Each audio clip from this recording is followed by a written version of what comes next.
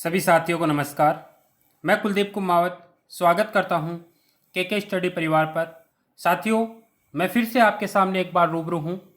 आज मैं आपके सामने लेकर आया हूं एमफिल हिंदी एंट्रेंस एग्जामिनेशन 2019।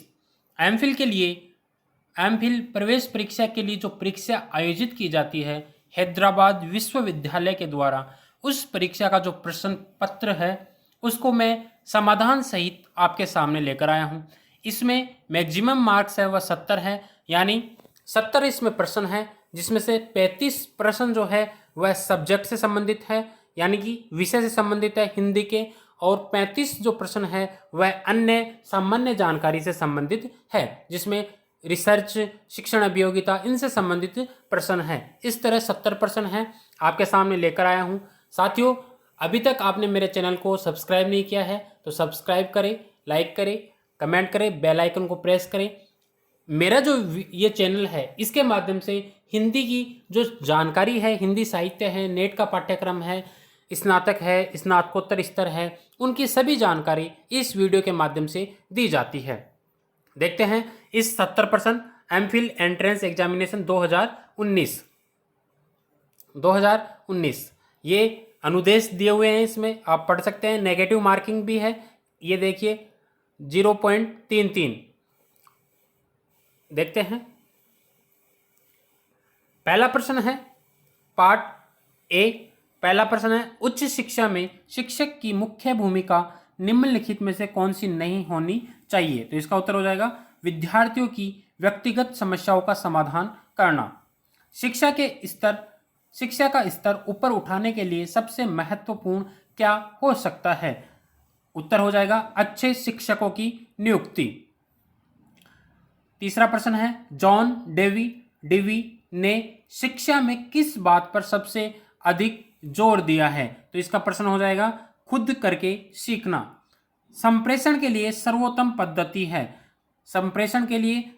पद्धति है दृश्यात्मक पद्धति। यह प्रश्न जो है बहुत महत्वपूर्ण है, थोड़ा मनोविज्ञान को आधार बनाकर ये प्रश्न पूछे गए हैं। शिक्षण कौशल से संबंध है। 5 नंबर का इसका हो जाएगा ऊपर के सभी प्रश्न पूछना, प्रश्नों का उत्तर देना, श्याम पट पर लिखना। सारे के सारे किसके अंतर्गत आते हैं? शिक्षण कौशल के अंतर्गत।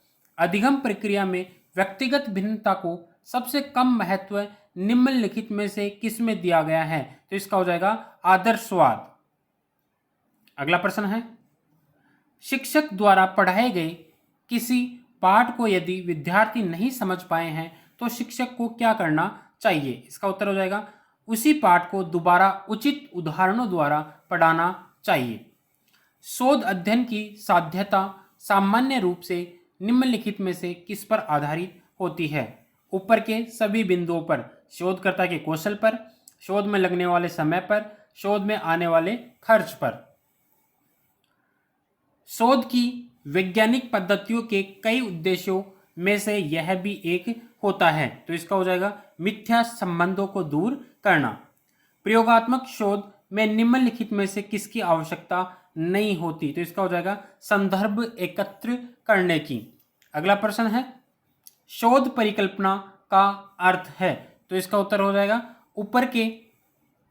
ऊपर के बिंदुओं में से ए और सी। ए कौन सा है? चरों के मध्य के अनुमानित संबंधों का कथन, और सी है चरों के मध्य के अनुमानित संबंधों के कथन की पुष्टि और खंडन। नैतिक अतिक्रमण का अर्थ है? इसका हो जाएगा नैतिक सिद्धांतों का उल्लंघन करना। प्रतिपुष्टि जिसे फीडबैक कहा जाता है, इसका हो जाएगा संप्रेषक और ग्रहीता के बीच सूचनाओं का आदान प्रदान। निम्नलिखित वाक्यों में से कौन सा वाक्य युक्ति संगत है? युक्ति संगत वाक्य की पहचान करनी है तो वक्ता को विवेकी होना चाहिए। वक्ता को क्या होना चाहिए? विवेकी होना चाहिए। निम्नलिखित अंकों की श्रृंखला में गायब अंक है? तो इसका हो जाएगा 50। आगे जो अंक आएगा वह 50 आएगा। अगला प्रश्न है, निम्नलिखित अंकों की श्रृंखला में गायब अंक है? 16 नंबर में हो जाएगा 54, यहां बीच में आ जाएगा 54। अगला है, वर्णों के निम्नलिखित क्रम में गायब वर्ण है? रीजनिंग के क्वेश्चन है, तो 17 नंबर में हो जाएगा VIJ। अगला है, यदि एक की विशेष कोड में कंप्यूटर को RFUVQNPC लिखा जाए तो उसी कोड में प्रिंटर को कैसे लिखा जाएगा? तो इसका हो जाएगा RFUOJSP। 19 नंबर का प्रश्न है, असंगत शब्द का चयन कीजिए। तो इसका हो जाएगा मित्र। पिता, बहन, माता, ये नहीं है असंगत, असंगत हो जाएगा मित्र। असंगत संख्या का चयन कीजिए। 20 नंबर में हो जाएगा 63। डॉक्टर का जो संबंध रोगी से है वही संबंध विक्रेता का किससे है? तो इसका हो जाएगा ग्राहक। राम अपने घर से साइकिल द्वारा 10 किलोमीटर दक्षिण दिशा की ओर गया। वहां से वह दाहिनी ओर मुड़ा और 5 किलोमीटर गया। वहां से फिर वह दाहिनी ओर मुड़ा और 10 किलोमीटर गया। वहां से वह बाईं ओर मुड़कर 10 किलोमीटर चला। इस समय वह जहां है वहां से अपने घर जाने के लिए उसे कितने किलोमीटर साइकिल चलानी पड़ी? तो 22 नंबर में उत्तर हो जाएगा 15 किलोमीटर। अगला प्रश्न है, APRXSZ एक पंक्ति में बैठे हैं। ए और पी दो छोरों पर है। आर ए की बाई ओर बैठा है, पी की दाई ओर कौन बैठा है? तो इसका उत्तर हो जाएगा एक्स। एक कस्बे की 96% आबादी 23,040 है तो उस कस्बे की पूरी आबादी कितनी है? तो इसका हो जाएगा 24,000। एक दंपति की औसत आयु 22 वर्ष थी। जब 5 साल पहले उनका विवाह हुआ था, एक समय उनका एक 3 साल का बेटा भी है। बेटे की आयु सहित इन तीनों की औसत आयु कितनी है? तो इसका उत्तर हो जाएगा डी। 19। रमेश अपनी 610 किलोमीटर की यात्रा 2 चरणों में 9 घंटे में पूरी करता है। पहले चरण में उसकी गति 40 किलोमीटर प्रति घंटे की रहती है और दूसरे चरण में 90 किलोमीटर प्रति घंटे की। उसने पहले चरण में कितने किलोमीटर की दूरी तय की? तो इसका उत्तर हो जाएगा 160 किलोमीटर। अगला है, यदि आज रविवार है तो 60 दिन बाद कौन सा दिन होगा? 60 दिन बाद में देखना है तो इसका हो जाएगा गुरुवार। एक समूह में 40 लोग हैं जिनमें से 25 अंग्रेजी बोलते हैं और 20 हिंदी और अंग्रेजी दोनों। समूह के सभी लोग हिंदी या अंग्रेजी में से कोई एक भाषा जरूर बोलते हैं। समूह के कितने लोग हिंदी बोलते हैं? तो इसका हो जाएगा 15 लोग। प्रोफेसर द्वारा लिखी गई सभी पुस्तकें पाठ्य पुस्तकें हैं। उनकी कुछ पुस्तकें राजकमल प्रकाशन से प्रकाशित हुई हैं। सही तर्क वाक्य क्या हो सकता है? तो इसका हो जाएगा प्रोफेसर सिंह की कुछ पुस्तकों का प्रकाशन राजकमल प्रकाशन के अलावा भी हुआ है। 29 में क्या हो जाएगा? ए। मेरी कक्षा के सभी विद्यार्थी बुद्धिमान हैं। सुरेश बुद्धिमान नहीं है। सही तर्क क्या हो सकता है? तो 30 नंबर में हो जाएगा दोस्तों डी, सुरेश मेरी कक्षा का विद्यार्थी नहीं है। सैनिक देश की सेवा करते हैं। इस कथन के लिए सुसंगत तर्क क्या हो सकता है? तो इसका हो जाएगा बी, कुछ लोग जो सैनिक है देश की सेवा करते हैं। 32 नंबर है, अधिकांश शिक्षक परिश्रमी हैं। निष्कर्ष है कुछ शिक्षक परिश्रमी है, कुछ शिक्षक परिश्रमी नहीं है। तो 32 नंबर में हो जाएगा केवल निष्कर्ष 2 लागू होता है।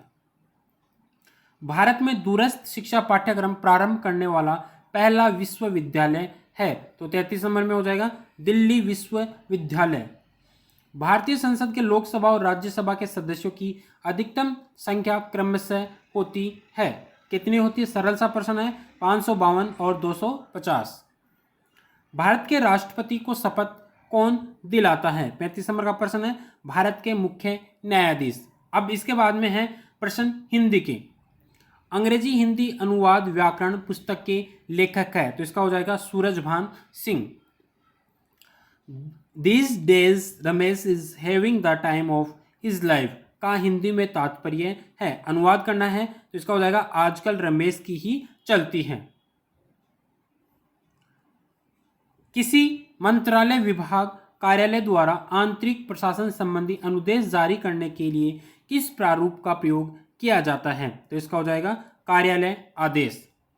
राजभाषा कार्यान्वयन की दृष्टि से क्षेत्र ख के अंतर्गत आने वाले राज्य है। तो 39 नंबर में हो जाएगा बी, गुजरात, महाराष्ट्र, पंजाब राज्य और चंडीगढ़ संघ राज्य क्षेत्र। उच्चारण के अनुसार है को कहा जाता है, इसका हो जाएगा काकल्य। अल्प प्राण व्यंजन है। अल्प प्राण व्यंजन कौन सा है? तो इसका हो जाएगा ट। सरपा किस शताब्दी के कवि हैं? बहुत महत्वपूर्ण प्रश्न है, 7वीं शताब्दी के।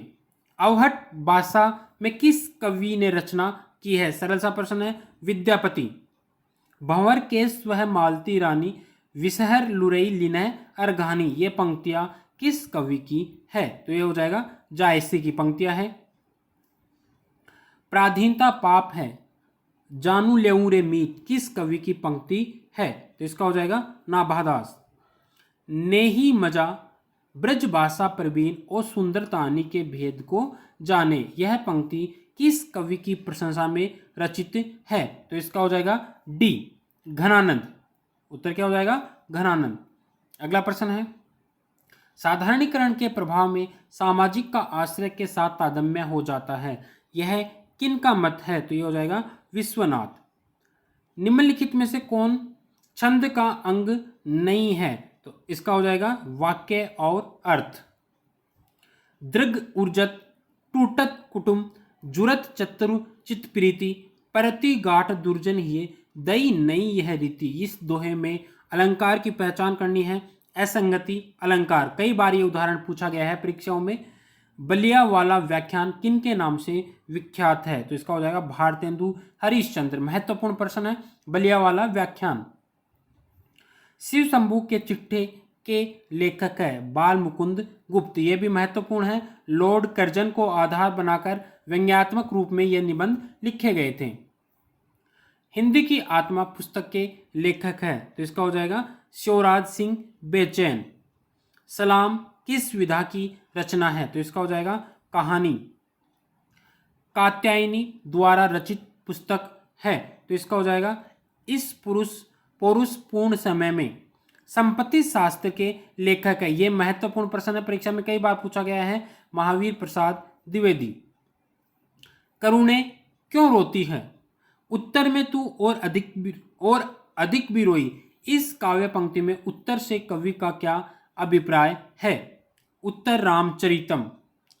जयशंकर प्रसाद की कहानी है, सरल सा है, आकाशदीप कहानी। यह कहानी मैंने अपने YouTube चैनल पर भी अपलोड कर रखी है, आप इसको पढ़ सकते हो।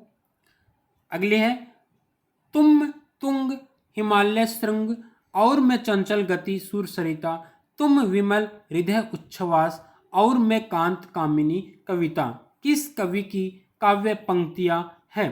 तो इसका हो जाएगा निराला। अगला प्रश्न है, महाजनी सभ्यता के लेखक है, इसका हो जाएगा प्रेमचंद। महाजनी सभ्यता। अगला है, इस गुब्बारे की छाया में काव्य संग्रह के रचयिता है, तो इसके रचयिता कौन है? नागार्जुन। हिंदी साहित्य 20वीं शताब्दी के लेखक है, महत्वपूर्ण प्रश्न है, नंद दुलारे वाजपेयी। आलोचनात्मक पुस्तक है। जमीन पक रही है काव्य संग्रह के रचयिता, जमीन पक रही है महत्वपूर्ण काव्य संग्रह है, केदारनाथ सिंह। जायसी पुस्तक के लेखक है, बहुत प्रसिद्ध पुस्तक है, विजय देव नारायण शाही। रमणिका गुप्ता के ने निम्नलिखित में से किस पत्रिका का संपादन किया था? तो इसका हो जाएगा युद्धरथ आम आदमी। रमणिका गुप्ता लेखिका है हिंदी साहित्य की बहुत बड़ी। बहुवचन पत्रिका कहाँ से प्रकाशित होती है? यह भी महत्वपूर्ण प्रश्न है। महात्मा गांधी अंतर्राष्ट्रीय हिंदी विश्वविद्यालय वर्धा, बहुत महत्वपूर्ण पत्रिका है। अरे यायावर रहेगा याद के लेखक है, इसका हो जाएगा अज्ञेय सच्चिदानंद हीरानंद वात्स्यायन अज्ञेय। 10 द्वार से सोपान तक की विदा है, इसका हो जाएगा आत्मकथा। परिंदे को किस आलोचक ने पहली नई कहानी के रूप में रेखांकित किया है? बहुत ही महत्वपूर्ण प्रश्न है, इसका हो जाएगा नामवर सिंह, जो कि एक मार्क्सवादी आलोचक थे। कल्पना पत्रिका किस शहर से प्रकाशित होती थी? शहर का नाम बताना है, तो इसका हो जाएगा हैदराबाद। दक्षिण भारत हिंदी प्रचार सभा का मुख्यालय स्थित है, तो इसका हो जाएगा चेन्नई। इस तरह से दोस्तों 70 प्रश्न है, परीक्षा की दृष्टि से अत्यधिक महत्वपूर्ण है। ये प्रश्न आप देख सकते हैं। धन्यवाद।